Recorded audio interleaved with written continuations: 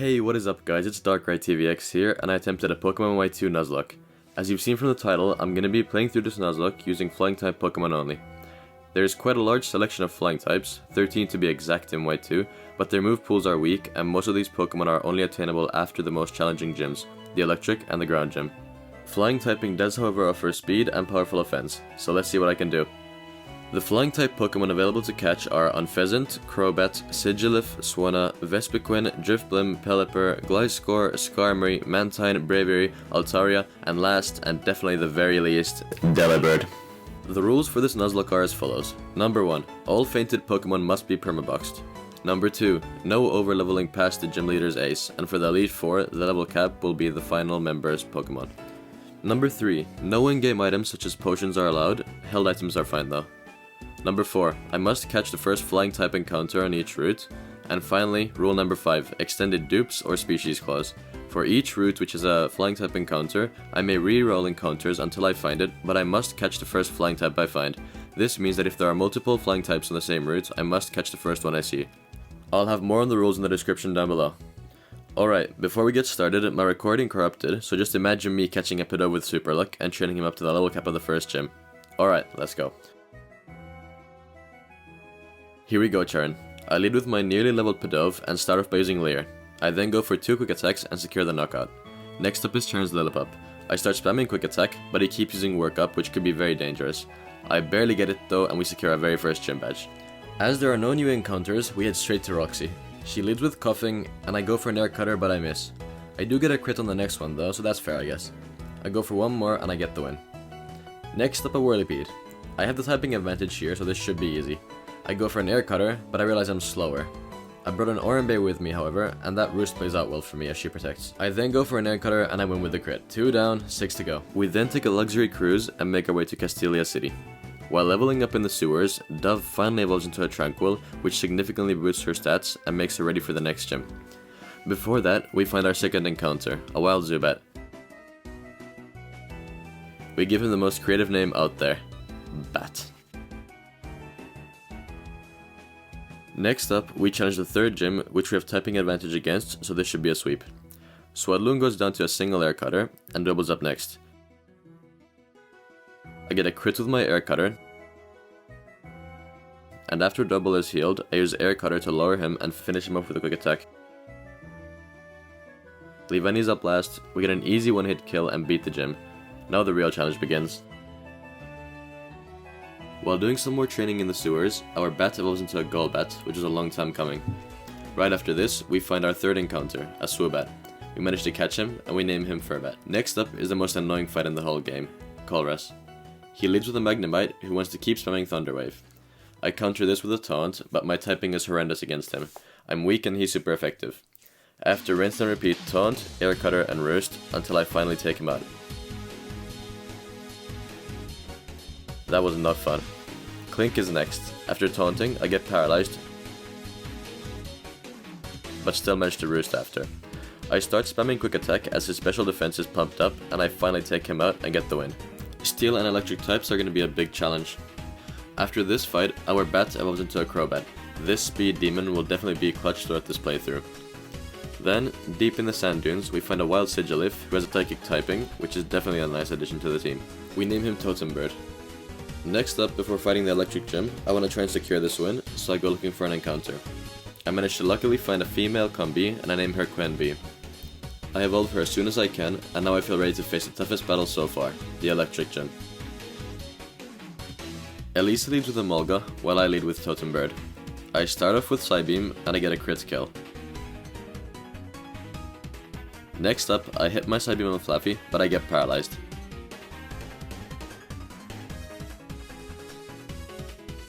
I then am unable to hit my Psybeam against Zebstrika, and I have to sacrifice Furbat. You've served us well.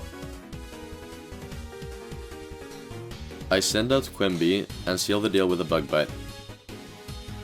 Last up is Zebstrika. I go for a Bug Bite to hit her Citrus Berry, and I keep on Bug Biting until Zebstrika heals. I manage to survive a Volt Switch and hit one more Bug Bite. I then switch to Bat with a speed advantage, and I finish the battle off with only one casualty. I'd consider that a pretty decent win. After walking down the catwalk with everybody cheering my name, We hit the Driftwell City, and I find an encounter on the bridge, a ducklet. This seems amazing as he's a water type, but he evolves past the level cap, so let's see what he can do. I take on the 5th gym leader, Clay. I start off with a bubble beam, and I realize I should have EV trained, but oh well. I eventually do get the kill though. X-Control is up next, and I can only hope for a miss, but there goes Ducklet. You did well. I send out Unpheasant and I go for a fly.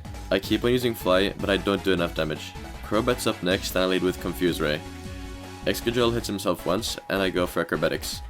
He does it again luckily, and I take no damage, which made my heart pump a bit less fast. I start off with Acrobatics against Sandslash, and on the next hit I get a crit. Although I lost some team members here, even just getting through this gym is amazing. We'll keep on going. Next up we face Colress once again at the Pokemon World Tournament. This fight is way easier as we have a special attacker. Magneton goes down to a couple Psybeams. Clink is next, and he faces the same fate. And LGM goes down pretty fast too. And I won, Nuzlocke over, right? Anyways. We fight Skyla next, and she starts off with Suibat. I lead with a bat. I use Fly and do a big chunk of damage. I use Acrobatics right after and take down Suibat. I level up too. I use Acrobatics against Swanna and do some nice damage. Even her Citrus Berry can't help her, as another Acrobatics takes her out. With Skarmory up last, I switch to Totem Bird. Although I don't do a lot of damage, I keep on rinsing and repeating this until I need to switch out. With Quemby up last, I use Power Gem and I finish the fight off. 2 gems left. We then hop on a luxury private jet and fly to California. Wait, what? Oh, that's just Lentimus Town. Anyways, we find a wild Skarmory and add her to our team. I'm sure that steel typing will come in handy. We name her Condor. Next up is a surprise U fight. I forgot about this and I wasn't prepared. Nothing I can do though, so I start spamming Acrobatics. Even though Fizzin heals, he still gets no damage in, and we take him out. With Samurott next, I keep on going with the same plan. Acrobatics all the way. 2 hits is enough for Samurott too. Simisage however can't even handle a single Acrobatics, and just like that, the battle's already over. After this, we run into some old guy and ruin his 999 game winning streak. I mean, I'm sure he deserved it anyways. After this, we find our bread and butter, the Pokemon to carry us through this Nuzlocke, a Gliscor. This Pokemon is unstoppable. I'm so happy I found him.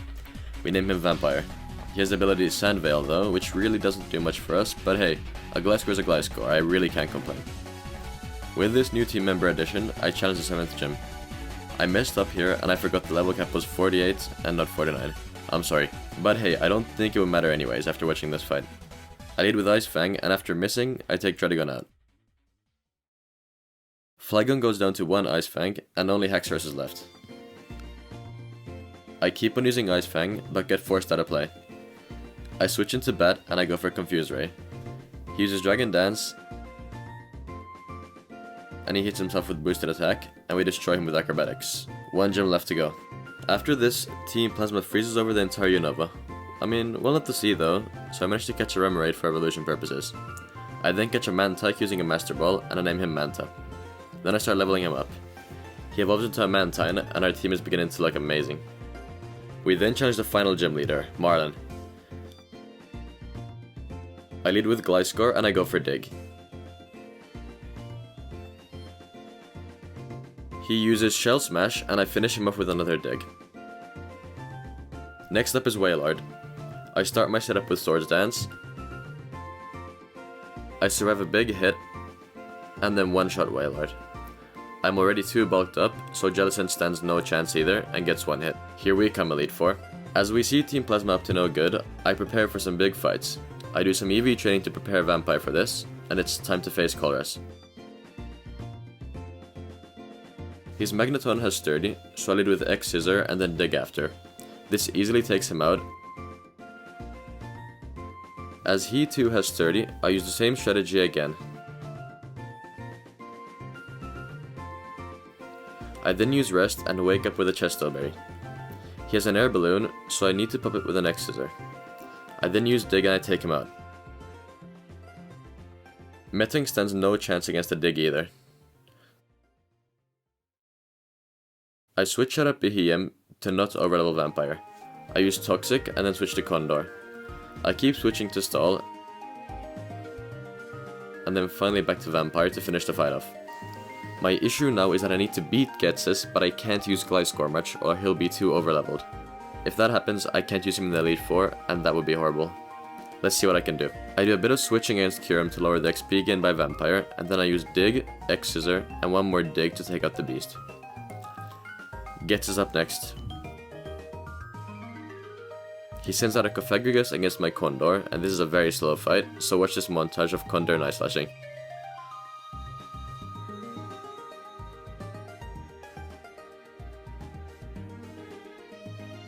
Next up is Electros. I switch to Vampire, and Electros does no damage with electricity. I then start setting up my Swords Dance, then X-Scissor, and switch out to not overlevel. Acrobatics barely does damage, but I win with return. Hydreigon's up next, so I start off with X-Scissor. Rock Slide doesn't kill me, so I X-Scissor again and take the win. I then switch to Manta due to his Water Absorb. I then safely switch back to Condor as Sludge Wave doesn't affect me. I start Fly Spamming, and I eventually take out Seismitoad.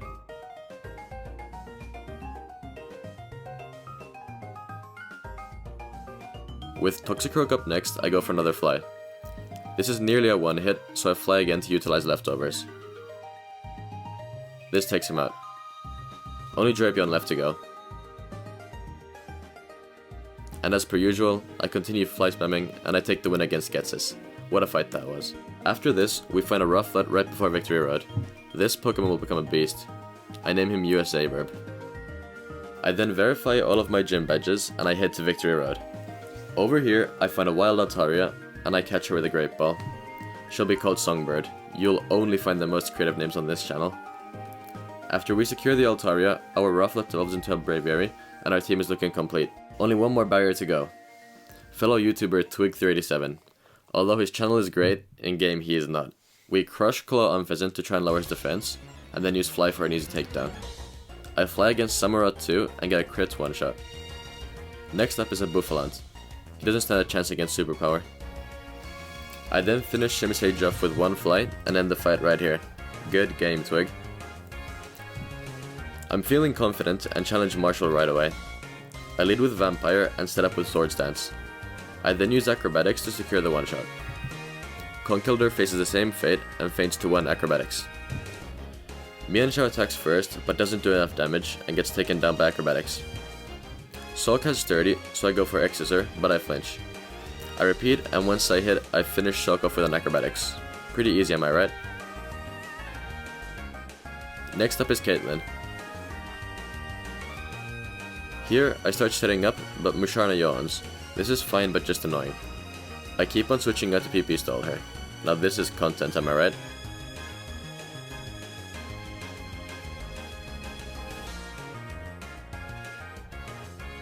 Eventually her PP does run out though, and we set up with 2 Swords Dances, and we swoop through her entire team using X-Scissor only.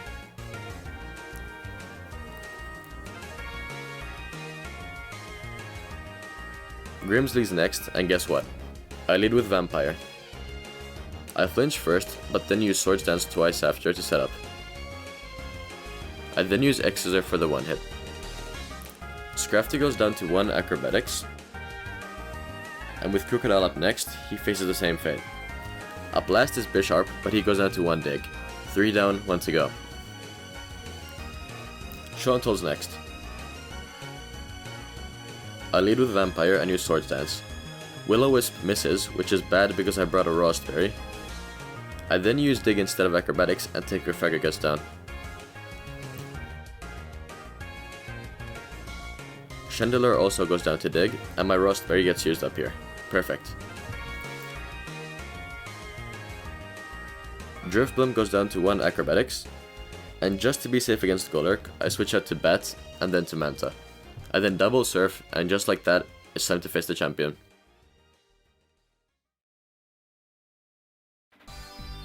Damn, she must be lonely here alone in this huge building. Oh well, I'll just have to make her feel worse by winning. Alright, she leads with Hydreigon while I send out Crobat. I go for an X-Scissor and I get a crit. That wasn't part of the plan, but I'll take it. Lapras is up next. I go for a Fly. I get crit by Lapras and go down instantly. I mean, I deserved it after Hydreigon. I sent out USA Burb and go for a Fly, and I get a crit right after. What even is this battle? I then fly against Dragon, and I survive with a sliver of HP. I then fly again and manage to lower her defense, but I go down afterwards. Well played USA, bro. I send out Gliscor and I prepare for a sweep. I Swords Dance twice and go for a dig. It's a one hit. Aggron's up next, but can't face a stab double Swords Dance boosted dig.